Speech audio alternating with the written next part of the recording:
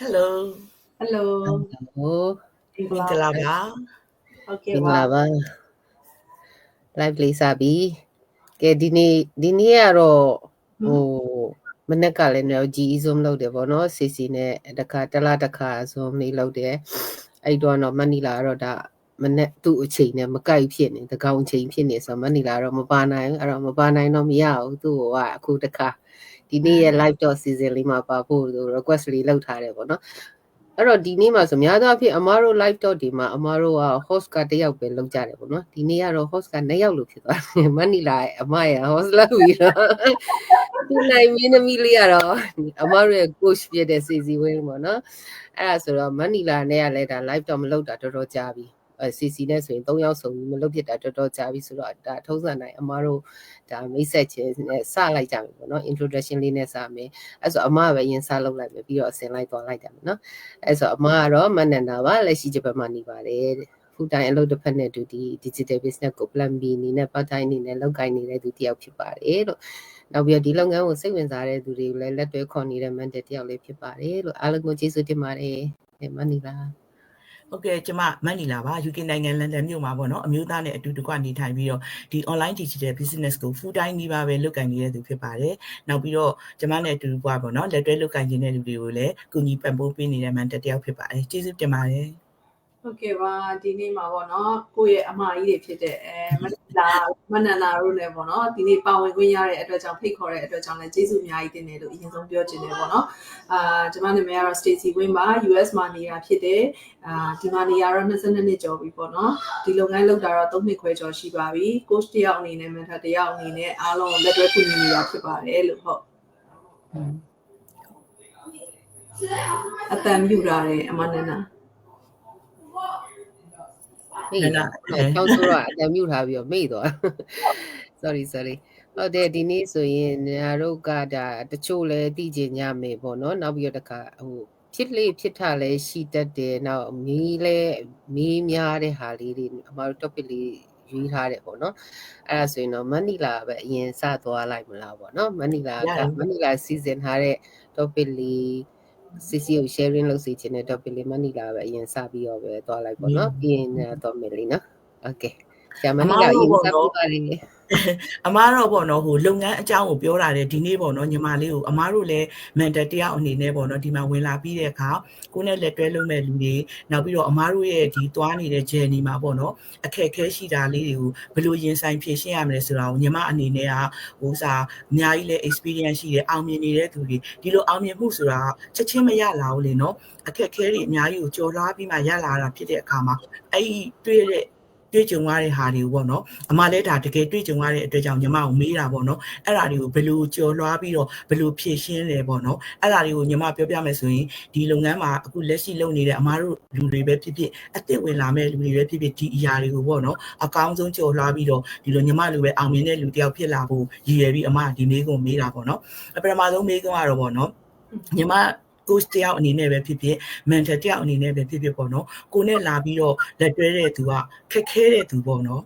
ပြီးသွားတဲ့အခါကျရင်ဟိုဥစားအခုလက်ရှိရဲမှာရှိနေတဲ့ခက်ခဲတဲ့သူလည်းဖြစ်ရင်ဖြစ်မယ်နောက်ပြီးတဲ့အခါကျတယောက်နဲ့တယောက်ကမတူဘူးလေလာသိမှာအဲ့ဒီအခါမှာတချို့ကနည်းနည်းအားနေတဲ့သူတွေကိုပေါ့နော်ဟိုဘောအဲ့ဒီလိုခက်ခဲတဲ့လူတွေရောညီမအနေနဲ့ပေါ့နော်ဘယ်လိုမျိုးဥဆောင်ပြီးတော့သူတို့တွေကိုလက်တွဲခေါ်ယူပြီးတော့ဟိုဥစားဖြစ်တယ်ဆိုတဲ့အကြောင်းလေးကိုအမတို့ဒီနေ့နည်းနည်းလေးရှင်းပြစေချင်တယ်ဟုတ်ကဲ့ပါဒီမေကုန်းကကောင်းပါတယ်အမရေလူတော်များများကတော့ပေါ့နော်ပုံစံတွေမတူကြဘူးလေနော်တယောက်နဲ့ဟိုဘယ်လိုပြောမလဲတင်ယူမှုအပိုင်းမှာဒီလူကရမ်းမြန်လို့နောက်လူကလည်းဒီလိုဖြစ်ရမယ်အဲ့လိုမျိုးမဟုတ်ဘူးပေါ့နော်တယောက်နဲ့ဘယ်လိုခေါ်မလဲလူခန္ဓာကိုယ်ဖွဲ့စည်းတည်ဆောက်တာတွေတော့မတူကြဘူးလေနော်ဆိုတော့အဲ့ဒီအတွက်ကြောင့်မို့ညီမတို့အနေနဲ့ဒီလုပ်ငန်းလုပ်တဲ့အပေါ်မှာရွေးချယ်ပိုင်ခွင့်မရှိဘူးငါတို့ကတော့ဘဒုကိုပဲယူမယ်ဆိုတဲ့ဟာမျိုးမဟုတ်ဘူးပေါ့နော်တချို့ကြလည်းသူတို့ရဲ့ပင်ကိုကဟိုနားလဲတဲ့နေရာမှာတင်ယူတဲ့နေရာမှာနှေးတဲ့လူရှိချင်းရှိမယ်မြန်တဲ့လူမြန်နဲ့တက်တဲ့လူရှိချင်းရှိမယ်ပေါ့နော်အဓိကကတော့ဘယ်လိုလူပဲလာပေါ့နော်ကိုယ့်ဘက်ကနေပြီးတော့နားလည်မှုပေးနိုင်ရမယ်ပြီးပါလို့ရှိရင်သူတို့ရဲ့ဖြစ်တည်မှုအပေါ်မှာစိတ်ရှည်ပေးနိုင်ရမယ်ပေါ့နော်အဲ့ဒီကတော့အဓိကကြတယ်လို့ညီမအနေနဲ့တော့ ပြောချင်တယ်ပေါ့နော်ဆိုတော့အဲ့လိုစိတ်ရှည်မှနားလည်မှလည်းသူတို့ရဲ့လူအပ်ချက်တွေပေါ်မှာကိုကဘယ်လိုမျိုးတွေဖြည့်ဆည်းပေးရမလဲအကယ်၍ပေါ့နော်တချို့ကြောက်လည်းသူတို့ဘာလို့ရမှမသိဘူးလုပ်ငန်းတော့လုပ်ချင်တဲ့စိတ်တအားပြင်းပြတယ်ပေါ့နော်အဲ့လိုမျိုးပြင်းပြတဲ့လူတွေဆိုကိုရီဘက်ကနေပြီးတော့မှဘယ်လိုမျိုးအခက်အခဲတွေဖြစ်နေလဲအဲ့လိုမျိုးပေါ့နော်တိုင်ပင်ပြီးတော့မှသူတို့နဲ့1 on 1ပေါ့နော်အဲ့လိုမျိုးပြီးရင်ဘယ်နေရာမှာဘယ်ဟာနားမလဲဘူးလဲပေါ့နော်အကယ်လာမေးတဲ့လူကိုနဲ့လာပြီးတော့မှဓာတ်ရိုက်ပေါ့နော်သူတို့ဘက်ကနေမေးယူတတ်တဲ့လူမျိုးဆိုလို့ရှိရင်တော့ကိုရီကတင်ပြပို့ရတယ်ပေါ့နော်တချို့ကျတော့အဲ့လိုမျိုးမဟုတ်လုံးဝ quiet သမားတွေရှိတယ်ပေါ့နော်လုံးဝလုပ်ချင်တယ်ဒါပေမဲ့ထပ်ပြီးတော့တစ်လုံးနှလုံးထွက်ဖို့တယောက်နဲ့တယောက်နဲ့ပုံစံတွေမတူကြဘူးလေနော်သူတို့အရင် quiet ဖြစ်တဲ့လူမျိုးတွေဆိုလို့ရှိရင်တော့ကိုရီကသွားပြီးတော့မှလုပ်ဆောင်ဖို့ဒါလေးတွေလုပ်တော့ဆိုရင်တော့တချို့က response ပြန်မလုပ်တဲ့လူတွေရှိတယ်ပေါ့နော်အဲ့လိုမျိုးကြားလို့ရှိရင်တော့ဘလို့အခက်အခဲတွေရှိတာလဲပေါ့နော်ဒီနေရာမှာဘာလို့နားမလဲဦးလဲဆိုတဲ့ဟာလေးတွေညှိယူရတာပေါ့နော်ဆိုတော့အဲ့တော့ပေါ်မှာညီမအနေနဲ့ပြောချင်တာကတော့ကိုကmentor တယောက်ဖြစ်လာပြီ coach တယောက်ဖြစ်လာပြီဆိုလို့ရှိရင်တော့အစနာပြောသလိုပဲနားလည်မှုကအရင်အရေးကြီးတယ်ပေါ့ရပြီးရင်စိတ်ရှည်သိခံရမယ်ပေါ့နော်ဆိုတော့ကိုကလုပ်ငန်းတစ်ခုလုပ်ပြီးဖြစ်တဲ့အတွက်ကြောင့်မို့ကိုလုပ်ငန်းတစ်ခုလုံးကိုအောင်မြင်ခြင်းနဲ့ဆိုလို့ရှိရင်ဒီလူတွေအပေါ်မှာလည်းကိုကစိတ်ရှည်မှုပေးနိုင်ရမယ်ပေါ့နော်နားလည်မှုပေးနိုင်ရမယ်ဒါမှဒါအားလုံးအောင်မြင်မှုလမ်းကြောင်းပေါ်အတူတူရှောက်ပဲဖြစ်တယ်ပေါ့နော်ဆိုတော့အဲ့တော့Stacy ကိုယ်တိုင်လည်းကိုဟာနဲ့ကိုပေါ့နော်တခါတလေကြာရင်ဒါသူများမပါသေးကိုဟာကိုလုပ်ဆောင်တဲ့အရာတွေပေါ်မှာစိတ်တိုင်းမကြတဲ့အရာတွေရှိတယ်ပေါ့နော်တခါတလေကြာရင်ကိုဟာနဲ့ကိုကျင်းတဲ့အားရမှုရှိတဲ့အရာတွေရှိမဘာဖြစ်လို့ဒီစိတ်ကြီးဖြစ်နေရလဲကိုဟာကိုပြန်စားပြီးတော့မှ short ချရတာပေါ့နော်ဖြည်းဖြည်းလေးကိုဟာနဲ့ကိုစိတ်ညစ်အောင်ထားပြီးတော့မှ okay ဒါကဒီနေ့ဒီလောက်ပဲရတယ်ဆိုဒီလောက်ပဲယူလိုက်ပြီးရင်နောက်နေ့ကျမှငါနည်းနည်းပြန်ပြီးတော့မှ learning ပြန်လုပ်အဲ့လိုမျိုးပေါ့ကိုဟာနဲ့စိတ်ကိုဖြောင်းချက်ပြန်ပေးတာပေါ့နော်အဲ့လိုပြောတဲ့အခါကျတော့ကိုယ်တိုင်လည်းအောင်မြင်ခြင်းနဲ့အောင်မြင်မှုလမ်းစာကိုတွေ့တယ်ကိုလုပ်တဲ့အရာလေးတွေကလည်းအရာထင်လာတယ်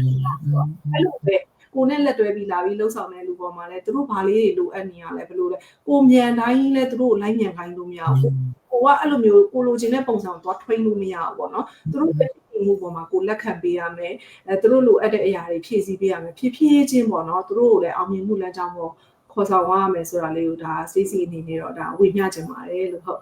ကျေးဇူးတင်ပါတယ်ညီမလေးတကယ်ပဲပေါ့နော်အမားတို့လည်းကြုံရတယ်ပေါ့နော်ကိုလာပြီးတော့တခါလေးမှာလုပ်ငန်းအောင်မဝင်သေးဘူးဒီ new client အနေနဲ့ပေါ့နော်မေးတဲ့အခါမှာခက်ခဲတဲ့ question တွေရှိတာပေါ့နော်သူတို့အတွက်အဲ့အခါမျိုးမှာကိုတကယ်ပဲဒီလိုစိတ်ရှည်နဲ့လမ်းပြပေးမယ်ဆိုရင်ဒီခက်ခဲတဲ့လူတွေကလည်းကိုယ့်ရဲ့စိတ်ရှည်မှုကိုသိပြီးတော့လာပြီးတော့ပူပေါင်းပါဝင်မှာဖြစ်တယ်ဆိုတာကိုလည်းအမားတို့တွေ့ရတယ်ပေါ့နော်ကျေးဇူးတင်ပါတယ်ညီမလေးနန္ဒရောစေစီကိုဗာမေးခွန်းလေးကိုချိန်မှာမေးချင်ပါလေဟုတ်တယ်ညာကတော့ညာလည်းမိခွန်းနှစ်ခုတော့ပြင်ထားရပေါ့နော်ဒါပေမဲ့တစ်ခုအရင်သွားမယ်ပေါ့မေးချင်လဲဆိုလို့ရှိရင်တော့အခုညာတော့ဒီ business ပတ်သက်တာပေါ့နော်ဒီ digital business ဆိုတာတော့ဒီအခုညာတော့အားလုံးပြောနေတယ်လို့အားလုံးသိတဲ့အတိုင်းပေါ့နော် global business ဖြစ်တယ်ပြစ်တာနဲ့အညီပေါ့နော်ဒီမှာလူမျိုးပေါင်းစုံနိုင်ငံတကာမှာလူမျိုးပေါင်းစုံလည်းလုပ်နေကြနောက်ပြီးဒီလောက်ကတရားဝင်လုပ်ငန်းလည်းဖြစ်တယ်လူမျိုးမှတကယ်ကိုလူမျိုးအစုံနေလောက်ကြတာဆိုအာရှလည်းပါတယ်ယူရိုပလည်းပါတယ်အစုံပါတဲ့အထဲမှာပေါ့နော်ဒီမှာအောင်မြင်ကြတဲ့လူတွေတော်တော်များများကြီးလိုက်မြန်မာလူမျိုးတွေထဲမှာလည်းမအောင်မြင်ဘူးလားဆိုရင်အောင်မြင်တယ်ဒါပေမဲ့ရာခိုင်နှုန်းနဲ့ကြည့်မယ်ဆိုရင်ကိုယ်လူမျိုးတွေကနည်းနေတယ်ပေါ့နော်ဒီအခွင့်အလမ်းဒါနဲ့တော့ဒီလောက်ဒီ sharing လုပ်ပေးနေတာတော့မှဒီအပေါ်မှာဘယ်လိုပြောမလဲနားလည်မှုလွဲကြတယ်လွဲပြီးတော့တချို့ဆိုလို့ရှိရင်လည်းနားလည်မှုလွဲပြီးတော့ဒီဟာကြီးကိုအခုချိန်ဒီလောက်တည်းရဝင်ဖြစ်ပါတယ်လို့ပြောလဲသူတို့တချို့တွေက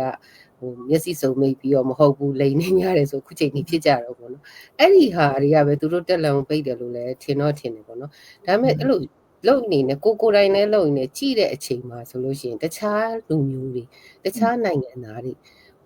လုပ်မယ်ဆိုအခုနေရာဆိုရင်ဒီလုပ်ငန်းထဲကိုနှစ်ရှိပြီဒါပေမဲ့ကိုယ့်ထက်နောက်မှဝင်တဲ့လူတချို့ဆိုရင်တစ်နှစ်တောင်မရှိဘူးတချို့ဆိုရင်လပိုင်းမရှိတဲ့လူတွေတောင်မှတကယ်ကိုအောင်မြင်မှုကိုချစ်ချင်းတွေရနေကြတယ်အမိုင်းစိုးနေဆိုလည်းအမြင့်ကြီးရောက်သွားကြတယ်အဲ့ဒါဘာတွေကွာလဲပေါ့နော်အဲ့ဒီနေရာမှာဘလို့တွေသူတို့နဲ့ကိုယ်တွေနဲ့ဘာတွေကွာခြားချက်ရှိလဲပေါ့နော်နောက်ပြီးသူများအောင်မြင်တာကြည့်မယ်ဆိုလို့ရှိရင်ကိုယ်လူမျိုးတွေဆိုရင်လည်းသူများအောင်မြင်တာကိုတော့မြင်ပြီးတော့အောင်မြင်ခြင်းတယ်ဒါပေမဲ့အောင်မြင်ခြင်းရတာတော့လူတိုင်းအောင်မြင်ခြင်းကြတခြားလူမျိုးတွေကဘာကြောင့်မြင်အောင်မြင်ပြီးတော့ပေါ့နော် ကိုဒီမြန်မာလူမျိုးထဲမှာအောင်မြင်မှုကနောက်နီးတယ်လို့ထင်လဲပေါ့နော်အဲ့ဒါနဲ့ပတ်သက်ပြီးတော့ဒါ CC ရဲ့အမြင်လေးရောဒါ CC ရဲ့လည်း coach တယောက်အနေနဲ့ရောဆိုတော့ဒါလောက်သက်လဲဟိုဖြစ်ပြီဆိုတာအတွေ့အကြုံလေးနဲ့ဒါ sharing လေးလုပ်ပြပါအောင်လို့အဲ့ဒါအမတောင်းဆိုချင်ပါတယ်ဟုတ်ကဲ့ပါဒီမိကုန်းကလည်းကောင်းပါတယ်ပေါ့နော်ဆိုတော့ဘာဖြစ်လို့လဲဆိုတော့ဒါတော်တော်များများကလည်းစိုးရိမ်ကြရလေနော်သူများတွေကအောင်မြင်တာရမ်းမြင်တယ်ကျမတို့ကအောင်မြင်နိုင်မှာမလားဖြစ်ပါမလားဆိုတဲ့မိကုန်းလေးပေါ့နော်ပြီးမှအခုလိုမျိုးသူများလူမျိုးနဲ့ရှင်လိုက်လို့ရှိရင်ကိုရီလူမျိုးကနည်းနည်းလေးနောက်ကျကြံနေတယ်ပေါ့နော်ဆိုတော့အဲ့တော့စိတ်စီရင်မှာကတော့ကိုရီကြီးပြင်းတဲ့အတိုင်းဝိုင်းပေါ့နော်ကိုရီကြီးပြင်းလာတဲ့ဟာကိုရီရဲ့စိတ်ထဲမှာဟိုပြောရလို့ရှိရင်တော့ပေါ့နော်ငယ်လေးတုန်းကစာကြက်ပြီးပဲကြီးလာကြတာဆိုတော့တင်းကြီးပါဦးလေနော်အဲ့လိုဖြစ်တဲ့အခါကျတော့အဲ့လိုမျိုးရိုက်သွင်းသားသလိုမျိုးကြီးဖြစ်နေတာပေါ့နော်ဆိုတော့ဒီပုံစံပြောင်းရမယ်ဆိုလို့ရှိရင် headache ဖြစ်ကြ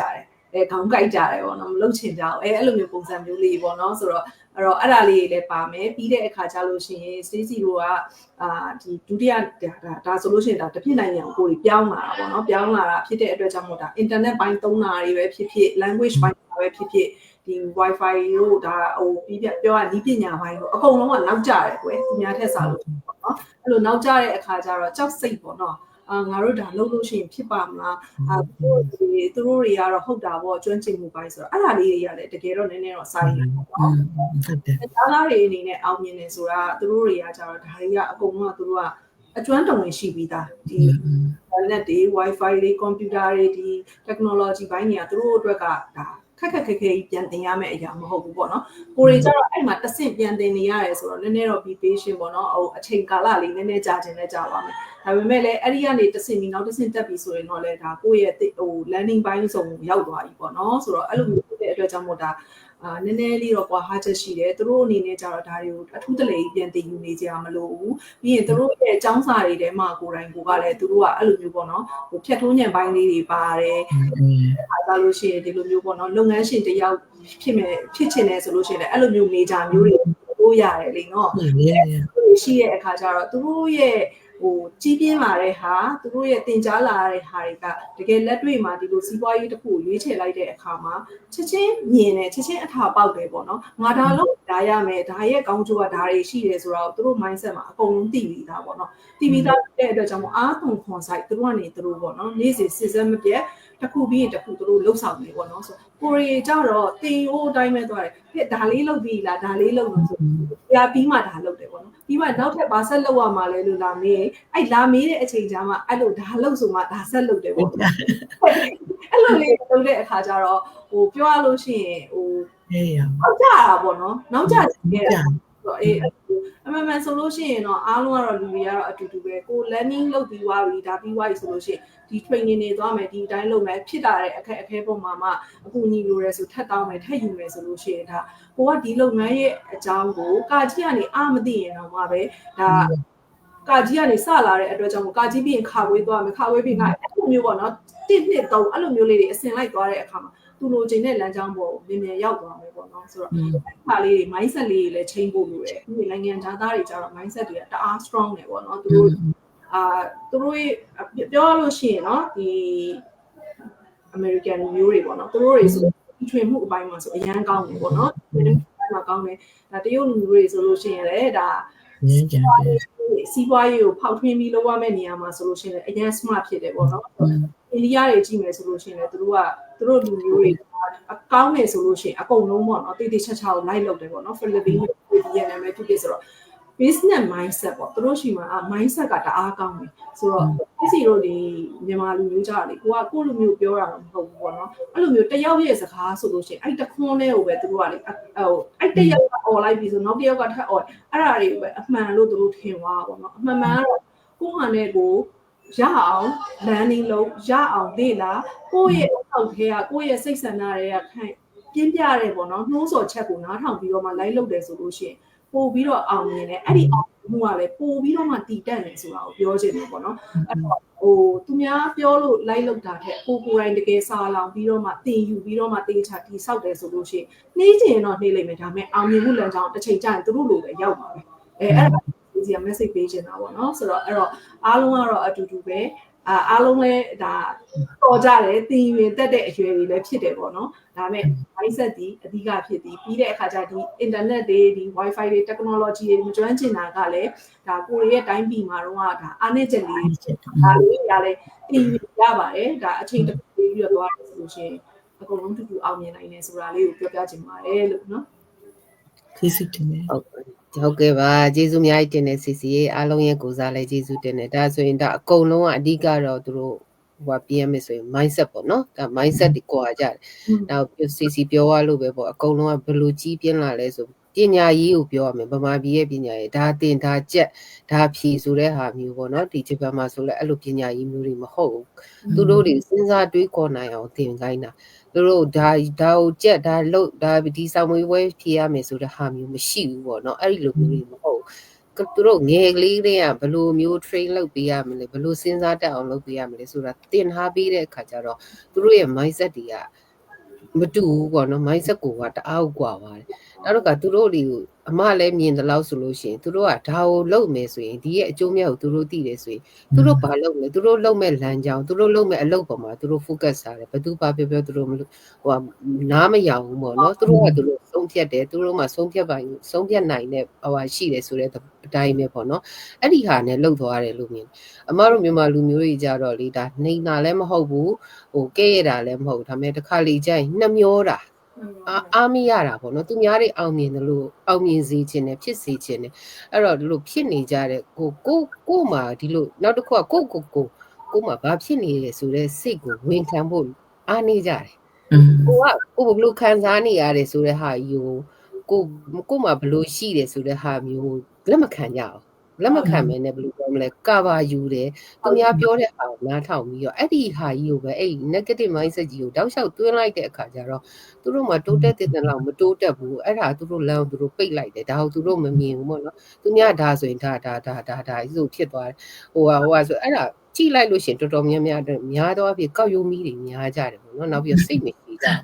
ြသူများဒါလို့အောင်မြင်တယ်ဆိုအဲ့လမ်းကြောင်းကိုလိုက်ကြတယ်ဒါမဟုတ်ဘူးအလိညာဆိုရင်သူတို့လည်းအလိညာဟုတ်လားမဟုတ်လားသူတို့မသိသူများပြောတဲ့ဟာကိုသူတို့ကလိုက်ပြောလိုက်တယ်ဒါအောင်မြင်တယ်ဆိုရင်သူတို့လိုက်လုပ်လိုက်တယ်သူတို့မှတိလို့လားဆိုလည်းမဟုတ်ဘူးအဲ့ဒါကြောင့်မလို့ဒီအမတို့ကဒီမှာဆိုရင်ရှေ့ဘေးနေရဒီလုပ်ငန်းမှာဆိုရင်ဒါကလေ့လာကြည့်ပြီးမှလုပ်ရတာလေ့လာပြီးမှလုပ်လို့ရတာဘယ်လောက်မှအဲ့လောက်ထိလေ့လာခွင့်ဆိုတာပေးထားတာမရှိဘူးလေအများဆုံးပေးမယ်ဆိုရက်ပိုင်းပဲရှိမယ်ဟုတ်တယ်မလားအဲ့ဒါကြောင့်လေ့လာပြီးမှလေ့လာခွင့်ပေးတယ်ဆိုတာလည်းအလကားပေးထားတာမဟုတ်ဘူးကိုစဉ်းစားချင့်ချိန်ပြီးတော့လုံနိုင်ဆိုတာဟာမျိုးဟိုဆုံးဖြတ်နိုင်အောင်ပေးထားတာပေါ့နော်အဲ့ဒီဟာတောင်မှသူတို့လိုက်မလုံနိုင်မနဲ့သူများမကောင်းဘူးဆိုရင်လိုက်မကောင်းလိုက်ပဲနဲ့ဖြစ်သွားတဲ့ဟာမျိုးဆိုရင်ကိုယ့်ရဲ့တက်လန်းကိုပိတ်လိုက်တာပေါ့နော်ပိတ်လိုက်တဲ့ခါကျတော့ဒီကိုသွားမဲ့အောင်မြင်မှုလမ်းကြောင်းတွေကကိုရက်လိုက်တယ်ပေါ့နော်ဒါလည်းအမလည်းအဲ့လိုမြင်တယ်ပေါ့အဲ့တော့ခြုံလိုက်မယ်ဆိုရင်တော့ mindset တွေကွာသွားတယ်လို့တော့ထင်တာပေါ့နော်အတိကတော့ soft mindset ဖြစ်လာတဲ့လူတွေကဒါအောင်မြင်မှုလမ်းကြောင်းပေါ်တော်တော်ရောက်သွားတယ်မြန်လည်းရောက်သွားတယ်ပေါ့နော်အဲ့လိုမြင်ပါတယ်လို့ကဲအကျေးဇူးတင်ပါတယ်အဲ့ဆိုရင်မနီလာနောက်ကို question ရှိသေးလားနည်းနည်းလေးပေါ့စီဟိုဟာဖြစ်ပေးပါเนาะမနီလာနောက်တစ်ခုမေးချင်သေးတယ်ဟိုပေါ့เนาะညီမအဲ့လို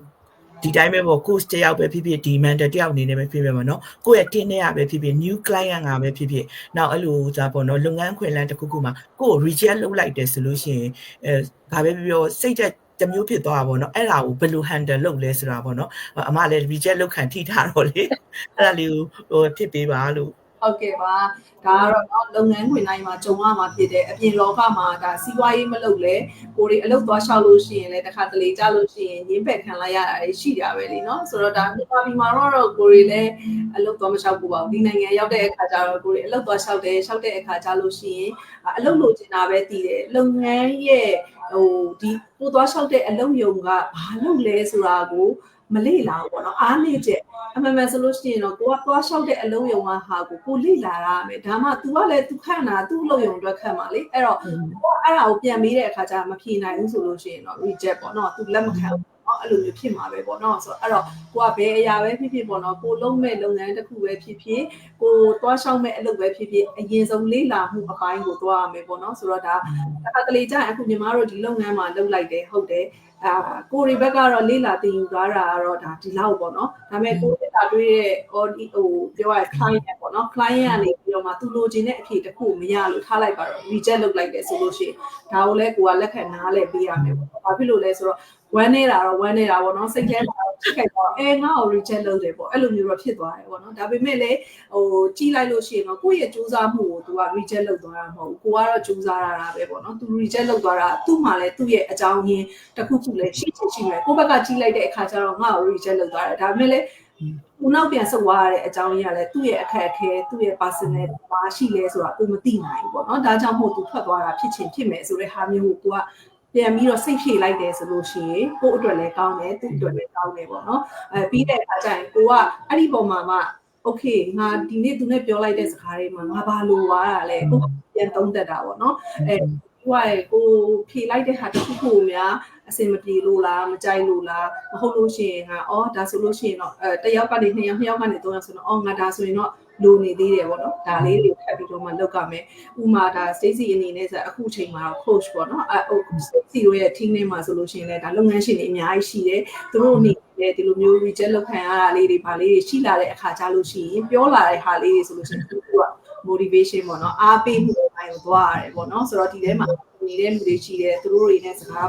းဖွဲ့ပြီးတော့မှပြောခိုင်းတာမျိုးသူတို့ရှင်ကပြန်ပြီးတော့မှတည်ယူမှုအပိုင်းလေးတွေသွားတာမျိုးဆိုတော့